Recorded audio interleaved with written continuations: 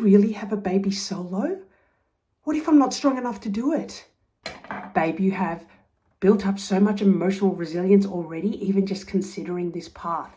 And you have started to reach out to communities and women that are doing this, that are like-minded to you. You have got so much of what it takes. I just want to remind you, cultivate some evidence and write down 5 things that were really hard that you did, that you achieved in your life. Remember, challenges usually have growth. That is what a challenge is for. You challenge, you go through the fear, and then you get the reward. You got this, babe. What if I can't afford this? It's really expensive. Like, fertility treatments are so expensive. Like, look, I've got another bill here, and I don't know. Babe, what's important is that you have already started to look at your finances. You've been a queen in budgeting and realizing, remember, you found all of these things that you've been paying for that you don't actually need. Remember, all the other solo mamas you've connected or seen online, they have become really resourceful. And this is an opportunity for you to get resourceful. It always works out. Just trust in the process. Do your due diligence. Work it out. It always works out, and you know it. And remember, you've got those abundance meditations to guide you through, because it's very natural for fear and doubt to creep in with finances, but money is energy. And if you treat money like a friend and talk to it in abundance mindset, not like, oh, you're not going to be here again? What? You're already leaving? And then you're going again? And then you're never enough. If you talk to money like that, it's not going to want to hang around. Treat it as your friend. Adopt this way of speaking to money. Oh, you're a bit late, but hi, it's really nice to see you. Let's just enjoy this moment right now. And then bills go out. Oh, you've got to go again? That's okay. I understand. I'll see you soon. When you start to heal your relationship with money and talk to it like it's always coming back, like a friend, it's always going to want to come back to that magnetic energy, because you're so welcoming to money. Oh my God, what are people going to think? That I'm going to have a baby? Oh, she's still single. Like, they're going to think that I'm just desperate or needy, or that because I don't have anyone in my life, I'm just getting the baby so I have love. Babe, it doesn't matter what other people think. This is your journey, not anyone else's. And who says we have to do it in the conventional society's order? Find love and then have a baby. That means that you are not settling for second best. You are going with your heart first, and heart is calling baby right now.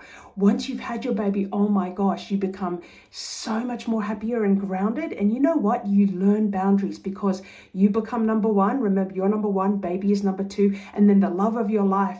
You've set these boundaries and you welcome the love of your life in. Okay, most of us go through, when we grow up from 1 to 7, we're used to getting validation from busy parents. We always want approval and validation. Okay, and then you go to school and you want validation, approval from teachers. So of course it's a program that we are used to. So we care so much about what society thinks. But remember, that's just a program. It's a pattern. It's an old story. Just go, you know what? I don't need validation from anyone. I don't need approval from anyone. See you later. Oh my God, what if I'm too old?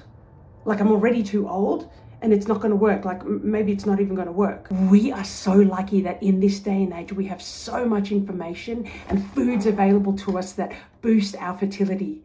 And you're already doing that mindset work. Remember that mindset work, starting with your words. Okay, and then pairing that up with the great food, drinking lots of water, sleep. There is so many resources out there that you are doing to improve your fertility. Okay, and remember, numbers that you get from the doctor about your fertility and your eggs are just numbers. You can actually energetically work on them. And then also, like others, find the women online. I remember we saw 2 51-year-olds online last week that had their babies naturally. Okay, there are stories out there. Cling to those positive stories. We want to make sure that we find people that have been on the same journey as you and had success, and borrow their belief. You can do this. You're not too old. Energy is divine. Energy doesn't age. You got this. And make sure you do your mindset work. But what if I'm not enough for my child? Like, Can I give it everything it needs? You have invested so much time in this that you're probably going to give it more love than anything in the world, okay? And realistically, when they're active, they're not going to want to play with you all the time. You're going to have friends, and because you are a solo mama, you will find that community. You will seek out that community. Children seek out that community too. There is so many resources out there. You will be a wonderful mother. And you know what? When challenges come, you are going to connect with the like-minded community. We've got Solo Mamas Society. There are so many societies out there with wonderful women who are empowered, who are strengthened by this journey for them. And you are going to connect with them and build a wonderful life. Okay? Wonderful.